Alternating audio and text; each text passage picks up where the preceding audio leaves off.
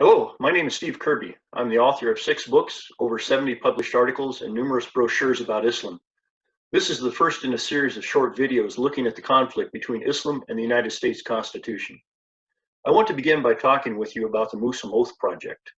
Let's travel back to January 2019 and look at what United States Congressman Andre Carson from Indiana, a Muslim convert, had to say at the community congressional reception hosted by CARE, the Council on American Islamic Relations. It's more than just about having 3 Muslims in Congress. I think symbolically it has great value, but I won't rest until 2020 we have 5 more members of Congress. 2022 and 24, we have 10 more Muslims in Congress. In 2030, we may have about 35 Muslims in Congress. Then we're talking about Madam Chair Rashida. We're talking about Madam Chair Ilhan.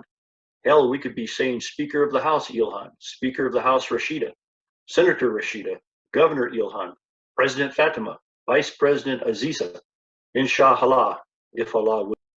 Each and every one of us has a directive to represent Islam in all our imperfections, but to represent Islam and let the world know that Muslims are here to stay, and Muslims are a part of America. And we will have a Muslim caucus that is sizable, that is formidable, and that is there for you. A formidable Muslim caucus in the United States Congress? There's a problem with this. Every public official at the federal, state, and local levels has to take an oath to support the United States Constitution. This is based on Article 6, Clause 3 of that Constitution. It's known as the Oaths Clause. Attorney and writer David Shostakis made an interesting comment about how far-reaching this oath requirement is at the state and local levels. This constitutional requirement is binding upon every government official in the United States, from state governors and judges to members of city councils, police officers, firefighters, or board members of mosquito abatement districts and library boards. The problem is, as I showed in my latest book, Islamic Doctrine versus the U.S. Constitution, The Dilemma for Muslim Public Officials, there are many core doctrines of Islam that are in direct conflict with much of the U.S. Constitution. The 2019 election saw an increase in the number of Muslims re-elected or newly elected to public office across the United States. And as part of their oaths of office, they each had to swear to support the U.S. Constitution. The upcoming 2020 elections have seen an increase in the number of Muslim candidates running for public office. If elected, these candidates will have to also take an oath of office in which they swear to support the U.S. Constitution. It is only natural, then, that Muslim public officials and candidates be asked about how they resolve the conflict between the U.S. Constitution and their religion. I decided to put this idea to the test for the Muslim Oath Project.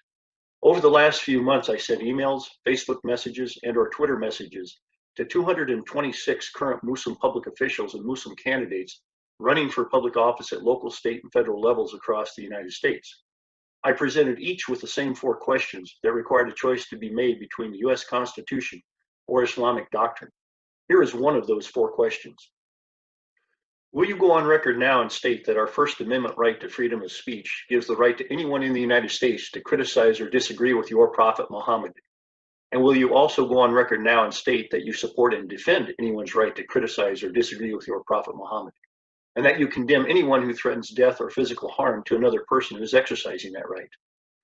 In theory, one would think that after a Muslim public official had taken an oath to support the U.S. Constitution, having to now publicly choose between either following that Constitution or following Islamic doctrine would be simple. A Muslim public official would abide by the oath of office and choose the Constitution. And Muslim candidates running for public office should know beforehand that if elected, they will have to take an oath to support the U.S. Constitution. In theory, then, Muslim candidates should also be willing to express support for that Constitution. The actual results were eye-opening. Of the 226 Muslims I contacted, only 14 expressed support for the Constitution with each of the 4 questions.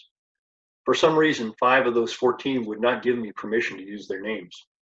212 of the Muslims contacted, that's 94%, would not express any support for the Constitution that some had already sworn to support, and that the others would be doing so if they won their elections. Except for the 5 I mentioned, all of the other Muslims have been identified by name, by the position each holds or is seeking, and by state. This information, the 4 questions and more, are located at the Muslim Oath Project website. And here's an action item. I encourage you to go to that website, find the Muslims in your state or a close by state who would not express support for the U.S. Constitution. Politely contact them and ask them why they would not support that constitution. If they claim they never received the questions, ask them for their best contact information. Then let me know so I can send them the 4 questions again. If you know of Muslim public officials or candidates who are not on the Muslim Oath Project list, please contact me with their information. In our next video, we will be looking at how Islam allows Muslims to deceive non-Muslims. I encourage you to post this video and the ones following on social media, and tell your friends and conservative groups about this video series. Educate yourself and take action. Thank you, and I look forward to being with you again soon.